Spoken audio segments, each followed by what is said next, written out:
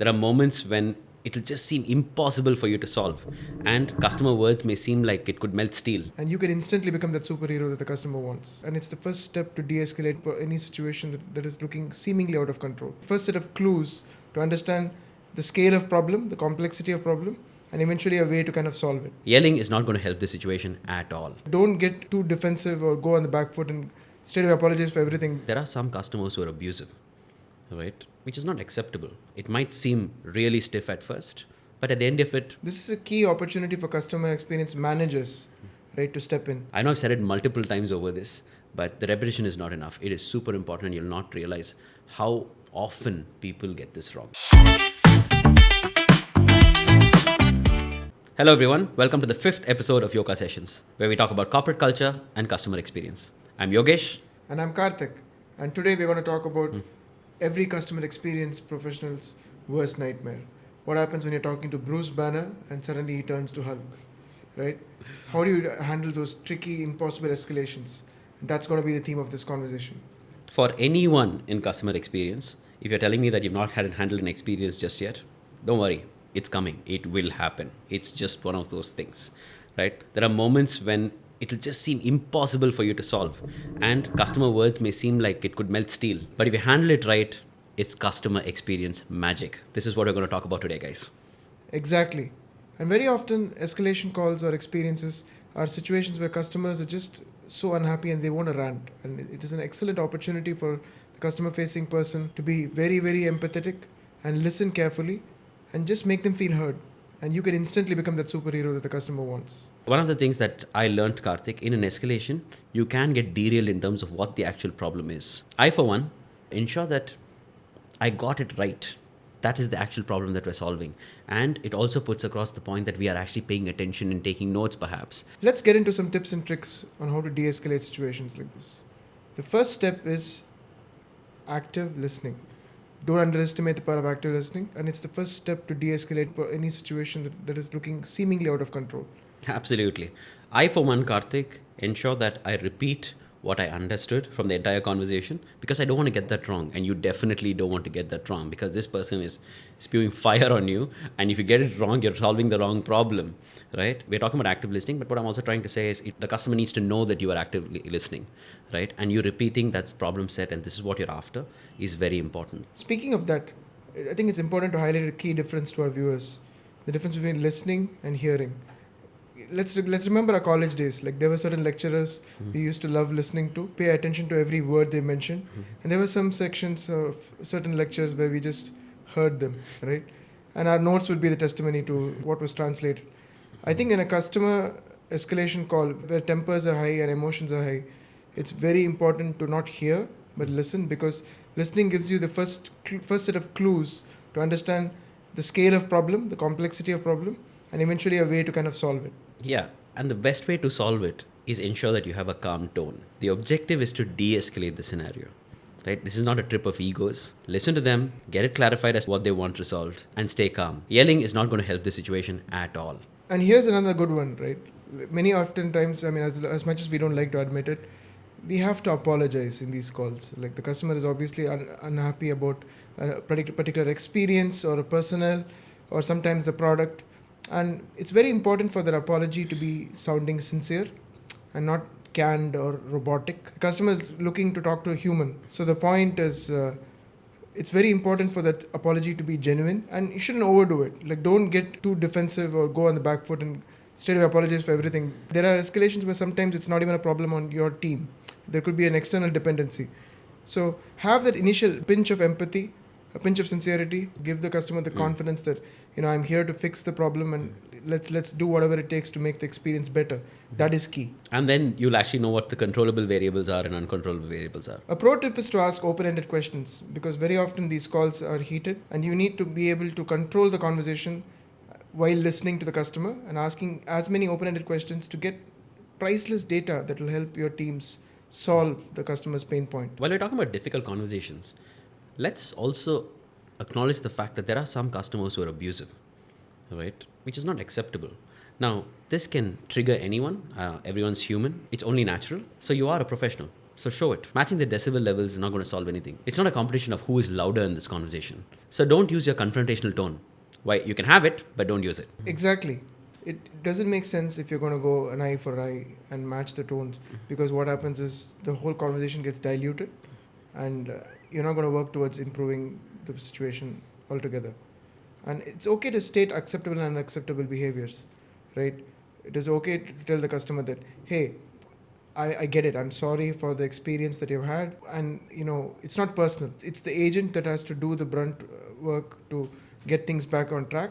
So it's very important to keep things respectful. This is from personal experience. I've actually suggested a call at a different hour. In fact, I've gone even to the extent where saying customer like, hey, let's have the conversation when you're a little calm because I can understand better. Perhaps I can solve the problem a little better. But right now, with the emotion that we have, we're not going to go anywhere. It might seem really stiff at first, but at the end of it, we are professionals. We are there to solve it, and so is the customer, right? It helps differentiate the person and the problem. Like the way you said, there's an integrity to this conversation, and it's not personal at all. We're here to solve a problem, and there is an agent to help me solve that problem specifically. Correct. So keeping it respectful is non-negotiable for me. And folks, I think apart from customer experience professionals who are working in this field, this is a key opportunity for customer experience managers, right, to step in and help your agent, right? In my experience, one of the customers that we had worked with in the past, there was a go live that was dependent on few aspects of testing, and the teams involved made a couple of mistakes, and the customer was furious, and the customer's tone was not right. So, I mean, the frustration is genuine, but the tone taken with my agent was not appreciated. So, I had stepped in and written a note to the customer saying, like, I understand what you're going through, but this is not the way you should be like talking to my agent. And the customer facing teams felt the value, and they felt supported, and they had the confidence to take on more difficult calls because they know that someone's got their back. So, I mean, I believe that an escalation call is a great time for a customer experience leader to show value and support and build the right kind of competencies in the team to handle these escalations. Basically, what you're trying to say is building a supportive environment for your team. This technically means give them the right tools, give them the support system to get them ready to handle such escalations, trainings that can empower them. That's absolutely true. And in fact, a pro tip is have role-playing situations. Like your players get more match fit when they're having enough net sessions, right? I had to go with another cricket analogy, but the point is you would like to have these mock sessions, not exactly a stress interview or a stress test, but just make sure that your folks are seasoned with some kind of like usual scenarios that are being faced, or maybe run through one amazing way is to run through a tough escalation scenario that happened to one of your colleagues and peers. Discuss it openly in a team and brainstorm on ways it could have been handled better and things that could have been done. Socialize this, and this kind of becomes part of the DNA of the customer experience team, and they're probably more prepared to handle these kind of escalations. Though I can guarantee you there's always a customer out there who will be a googly for sure. But you'll be prepared for certain scenarios. Correct. It's like saying, hey, you know what? In 30 meters, if I have to take a right, and I know I have to take a right, at least I'm going to get prepared for that right. True. That's as simple as it gets, I guess. I think the most important thing is you don't want to be like a deer caught in front of headlights when you run into a customer escalation. And if you're prepared for about 80% of the scenarios and common outcomes, then it gives you more mind space to handle the chaos that's going to come by. Make no mistake, there will be some chaos. That's part of the fun and thrill of the job. But just be in a better space to actively listen and solve for the concern. So what are the steps to de-escalate a scenario? Let's just talk about that. First, we're talking about active listening, where we genuinely listen to the customer's concerns and define it well, because that's a problem well defined is half solved by itself. Second, show empathy, acknowledge their feelings and frustrations. It helps you build a connect with the experience that they're having and solve it better. Third, a calm voice, professional tone. Remember, we are all professionals. Maintaining a calm voice, even if the customer is upset. I know it's hard. It requires a little bit of practice, right? But it helps de-escalate the situation a fair bit. To add to that, higher volume doesn't mean quicker resolution, right? And that is a definite punch that you all have to remember. And I think when you talk to the customer in these kind of situations, it's important to be absolutely clear, right? The clear communication will solve more than 50% of the problem, because the customer knows that he or she is being heard and in the right way and the right sense of importance and urgency, right? You have to be sincere in what you're telling. Sometimes it's not good news always. You have to be sincere even when you're delivering bad news. But be honest, be transparent with the customer, and be prompt. You got to offer immediate assistance to the customer. Absolutely, Karthik. We also spoke about the importance of open-ended questions, positive language, and always repeat and confirm. Paraphrasing their concerns helps confirm your understanding, and that's very important. The last thing you want to do is get the problem set wrong. I know I've said it multiple times over this, but the repetition is not enough. It is super important, and you'll not realize how often people get this wrong. One of the things I see is when you paraphrase the problem statement, sometimes the customer who was probably in an emotional state, they might see a different side to the problem. It may not be as big as they thought it might be, and it gets them calmer, right? When they know that when you're on the same page. So I totally second your opinion there, that paraphrasing is a very, very underrated but supremely important skill, right? Next step for you is to basically keep regularly talking to the customer, keep them updated. Very often time they're not expecting a magic wand and a solution that just to come in a jiffy, right? But it is about the fact that they have been heard, and they're going to be constantly in the loop of information of what's happening in their issue and their concerns, and that keeps escalations at bay. If there's something worse than an escalation is delay in response, right? And those escalations are typically the worst. That's like Vesuvius completely. And okay, you've handled escalations in the past, but are we documenting issues? Are we learning from? So you have to have QA teams, quality assurance teams that are looking into these incidents and making sure that the RCAs are done, root cause analysis documents are done, and we have these issues documented so that we learn from other mistakes and other escalations, and we get smarter. And that is very, very important. And more importantly, when an escalation is done or when it's closed, many teams forget to follow up, and they don't go back and close the loop with the customer and talk to them and ask, hey, you were upset about something, is it working better, what's happening? This is a very small step, but it has significant impact on customer experience, because the customers feel valued, and if there was a break in the relationship or the experience, this is a step to start rebuilding it. Absolutely, Karthik. All the points that we spoke about right now is everything that's related to the customer and external. But let's talk a bit about internal processes as well. We're talking about empowering teams, training them to handle escalations or scenarios of multiple escalations for them to be aware how to maneuver going forward. With that, we're also talking about empowering them with certain approval matrices.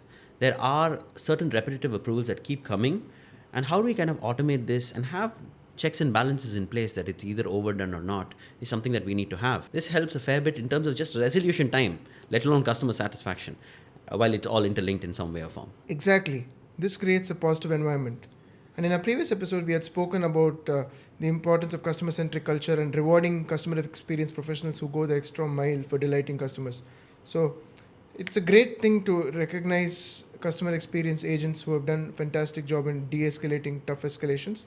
Making them feel rewarded and heard is a great way to promote this culture in your team. And you can promote that with feedback loops, right? We have a ton of data in terms of the kind of escalations we've got. There are trends in place, and these feedbacks help future trainings in terms of empowerment as well, right? So investing that time, effort in enabling your resources to handle escalations will play a very, very big role in handling customer escalations. It could be as simple as having a pro list, like 5 or 6 things that you have to keep in mind. So it'll be good to have these best practices as maybe placards or some sort of desk notes. When I started off, Karthik, I actually had a note on my table, right, which said, take a breath. That helped me a fair bit. Brink of saying something that may or may not align with de-escalating the scenario, and I'll read that on the board and be like, you know what, the goal is to solve this problem. Let's solve the problem, let's move on, and we're okay. Taking a leaf from that, Yogesh, I think that it's important to have a cool down script.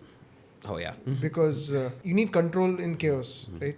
And the best way to do that is to have some sort of responses that typically cover most of the escalation calls, and just give some guiding metrics for our agents to get their thoughts. Because what happens is you have the fight or flight mode when you're dealing with a tough call, and your brain stops working, right? And very, very often it makes you do things which you will regret later. So what happens is either people react badly or they don't react at all. So a cool down script just helps the agent normalize the conversation and just set some boundaries. And with all those aspects that we spoke about, respectful tones, keeping the professionalism in place, right kind of volume, with certain key phrases that you learned from all the data that you mentioned for escalations, it will just help us to get more prepared. There were some key takeaways, Karthik, today that we spoke about. We spoke about active listening. We spoke about staying calm, Apologize with sincerity. Open-ended questions help you a fair bit. It totally depends on certain scenarios whether you want to use humor or not. That's like playing with fire if you don't know how to handle this. But eventually, a person will get there. We can talk about that in a different segment, guys. Creating a support system, and this is really something that leaders and managers should look into. Training sessions, which includes role plays and scenarios.